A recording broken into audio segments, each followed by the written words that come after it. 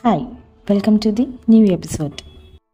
ఈరోజు మీ అందరినీ ఒక అద్భుతమైన లైబ్రరీలోనికి తీసుకువెళ్తాను. రండి. గ్రంథాలయం అనగానే మన మైండ్లో ఫస్ట్గా కదిలేది ఒక గది నిండా షెల్ఫ్స్, దాని నిండా పుస్తకాలు. ఈ గ్రంథాలయాలలో మనకి తెలియని ఎన్నో విషయం కానివి, అలాగే అర్థం కానటువంటివి ఈ పుస్తకాల నుండి మనం తెలుసుకోవచ్చు. కానీ ఇప్పుడు మనం మాట్లాడుకోబోయే గ్రంథాలయం మానవులతో నిండిన గ్రంథాలయం. అదే హ్యూమన్ లైబ్రరీ. ఈ హ్యూమన్ లైబ్రరీలో పుస్తకాలకు బదులుగా మనకు మనుషులు తారసపడతారు. మనం ఆ వ్యక్తుల అనుభవాలను తెలుసుకుంటూ మాట్లాడుకుంటూ నడిచే గ్రంథాలయమే ఈ human library. Welcome to my channel. ముందుగా ఈ గ్రంథాలయం యొక్క హిస్టరీ ఏంటో బ్రీఫ్గా ముందు చూద్దాం. అసలు ఈ లైబ్రరీ ఎక్కడ ఎలా మొదలు అయింది అనేది చూసేద్దాం. ఇది డెన్మార్క్ దేశ రాజధాని అయిన కోపెన్హెగన్ నగరానికి దక్షిణంగా ఉన్న రాస్కైల్డ్ అనే ప్రాంతం ఉంది. అక్కడ ప్రతి సంవత్సరం జరిగే రాస్కైల్డ్ ఫెస్టివల్గా పిలువబడే డానిష్ సంగీత ఉత్సవంలో 2000 సంవత్సరంలో మొట్టమొదటిసారిగా ఈ మానవ గ్రంథాలయ కార్యక్రమం ప్రారంభమైంది. ఇది ఐరోపాలోని అతిపెద్ద సంగీత ఉత్సవాలలో ఒకటిగా పేరొందింది. ఈ ఈవెంట్ను రోన్నీ మరియు అతని సోదరుడు అయిన డానీ అబర్గెల్, అలాగే వారి సహచరులు అయిన ఆస్మా మౌనా అండ్ క్రిస్టోఫర్ ఎరిక్సన్ కలిసి నిర్వహించారు. ఆ తర్వాత డానిష్ యూత్ ఎన్జిఓ సంస్థ అయిన స్టాప్ వోల్డెన్లో కలిసి పనిచేస్తున్నారు. స్టాప్ వోల్డెన్ అన్న పదానికి హింసను ఆపండి అనే అర్థం వస్తుంది. American stop the violence movement నుంచి దీనిని ప్రేరణగా తీసుకోవడం జరిగింది.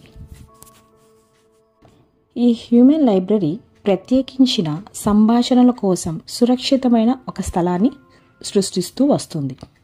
ఇక్కడ సంభాషణలు మానవ పుస్తకాలు అయినటువంటి వారి మధ్య మరియు వారి పాఠకుల మధ్య బహిరంగంగా చర్చించబడతాయి.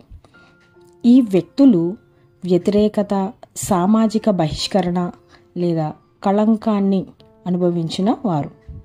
ఇక్కడ వాలంటీర్లందరూ కూడా వారి వ్యక్తిగత జీవితంలో జరిగిన అనుభవపూర్వకమైన ఎన్నో విషయాలను మనతో పంచుకోవడానికి సిద్ధంగా ఉంటారు. అలాగే పాఠకుల సొంత పక్షపాతాలను పరిష్కరించడం ఈ హ్యూమన్ లైబ్రరీ యొక్క ముఖ్య లక్ష్యం. ఇక్కడ మానవ పుస్తకాలు అనబడే వారిని మనం అడిగే ఎన్నో కష్టతరమైన ప్రశ్నలకు మనం ఆశించినటువంటి మరియు మన ప్రశంసలను పొందుకునే సమాధానమిచ్చే ప్రదేశమే ఈ హ్యూమన్ లైబ్రరీ. మొదట ఈ ఈవెంట్ ప్రతిరోజు 8 గంటల సంభాషణలతో 4 రోజులు నడిచింది మరియు ఇక్కడ 1000 మంది కంటే ఎక్కువ ప్రజలు ఇందులో పాల్గొన్నారు. మొదటి శాశ్వత మానవ గ్రంథాలయం 2006 సంవత్సరంలో ఆస్ట్రేలియాలోని లిస్మోర్ ప్రాంతంలో స్థాపించబడింది. ఇది 2019 సంవత్సరం నాటికి ఈ ప్రాజెక్ట్ ప్రపంచవ్యాప్తంగా 70 కంటే ఎక్కువ దేశాలలో భాగస్వామ్యులను కలిగి ఉంది. ఈ కార్యక్రమాన్ని అందరికీ సుపరిచితం చేయడం కోసం వివిధ ప్రదేశాలలో అనేకమైన లైబ్రరీల ద్వారా, మ్యూజియంస్లో, పండుగ సందర్భాలలో, గొప్ప గొప్ప సమావేశాలలో, పాఠశాలలలో, విద్యాలయాల్లో, అలాగే ప్రైవేట్ రంగంలో కూడా వర్చువల్గా ఈ కార్యక్రమాలను నిర్వహిస్తూ అందరికీ సుపరిచితం చేస్తూ ఈ హ్యూమన్ లైబ్రరీ పుస్తకాలను 85 దేశాలలో ప్రాచుర్యం పొందేలాగా చేసింది. ఈ హ్యూమన్ లైబ్రరీ అనేది గ్లోబల్ ఇన్నోవేటివ్ ప్రోగ్రామ్. దీని 25 సంవత్సరముల అనుభవంలో లాభాలతో సంబంధం లేని ఒక లెర్నింగ్ ప్లాట్ఫామ్ లాగా ఉంటూ సాంస్కృతిక, మత, సాంఘిక మరియు జాతి భేదాలకు అతీతంగా మరింత కలుపుగోలు సమ్మిళితమైన కమ్యూనిటీలను రూపొందించడంలో సహాయపడేందుకు ఈ హ్యూమన్ లైబ్రరీని నడిపించడం జరుగుతుంది. అండ్ మనం వీరి వెబ్సైట్ ద్వారా కూడా మన ఇంటి నుండి ఈ లైబ్రరీని ఉపయోగించవచ్చు. మన రిజిస్ట్రేషన్స్ ద్వారా కూడా అనేక డిజిటల్ ఆఫర్లను మనం యాక్సెస్ చేయవచ్చు. And these libraries are free of cost. Human libraries in India. There are 9 other human library chapters across India, including in Delhi, Mumbai, Hyderabad and Chennai. లైంగిక వేధింపుల నుండి మానసిక ఆరోగ్యం వరకు అనేక సంఘటనల శ్రేణి భారతదేశాన్ని సృష్టించింది. ఈ హ్యూమన్ లైబ్రరీతో జీవం పోసే నిజమైన మరియు సవరించిన కథల కోసం ఈ కొత్త స్థలాన్ని అన్వేషించండి. సో ఇది ఫ్రెండ్స్, ఈరోజు మన ఇన్ఫర్మేటివ్ టాపిక్.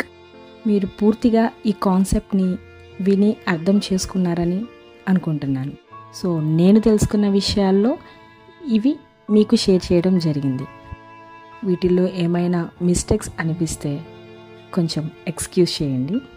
అండ్ ఈ ఇన్ఫర్మేషన్ కనుక వర్తి అనిపిస్తే ఒక లైక్ చేయండి, మీ ఫ్రెండ్స్ అండ్ ఫ్యామిలీ మెంబర్స్తో షేర్ చేసుకోండి. అలాగే ఛానల్ని తప్పకుండా సబ్స్క్రైబ్ చేయండి అండ్ బెల్ నోటిఫికేషన్ పైన క్లిక్ చేయండి. ఓకే ఫ్రెండ్స్, ఒక మంచి ఎపిసోడ్తో తిరిగి కలుసుకుందాం.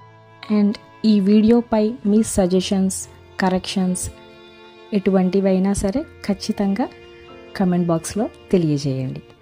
So thank you for watching. Thank you one and all.